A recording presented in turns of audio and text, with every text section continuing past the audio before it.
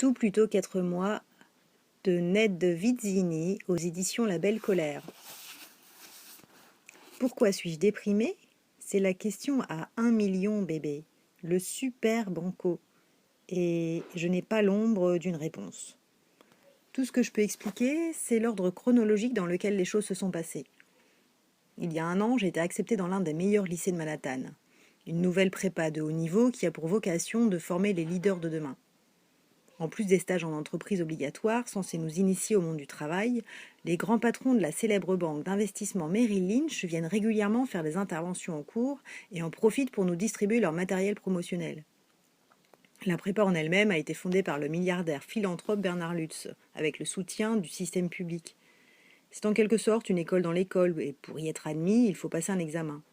Si tu réussis, l'école te finance toutes tes années de lycée et tu as la chance de pouvoir côtoyer 800 élèves parmi les plus brillants et les plus intéressants du monde entier, sans parler des enseignants et des intervenants extérieurs et les plus prestigieux.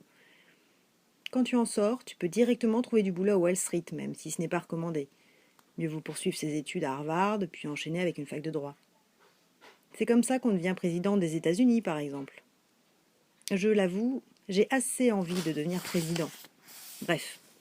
Quand j'étais au collège, ce fameux examen d'entrée, baptisé l'examen philanthropique Bernard Lutz, en hommage au fondateur, s'est mis à occuper une place importante dans ma vie.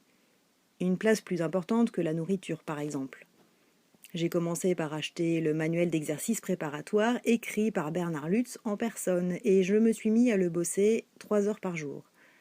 J'étais en 5e à l'époque et je commençais enfin à me sentir bien dans ma chambre. Quand je rentrais de cours, je jetais mon gros sac lourd sur mon lit et le regardais rebondir jusqu'à l'oreiller. Puis je m'installais à mon bureau et sortais mon manuel d'exercice. Ensuite, je programmais le réveil de mon téléphone portable afin qu'il sonne au bout de 2 heures, temps nécessaire pour finir l'un des examens blancs proposés dans le livre. En tout, il en contenait 5.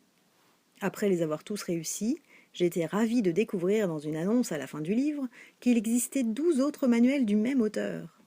Ainsi, je me suis rendue à la librairie Barnes & Noble, qui bien entendu ne les avait pas en stock, car c'était la première fois que quelqu'un voulait tous les acheter.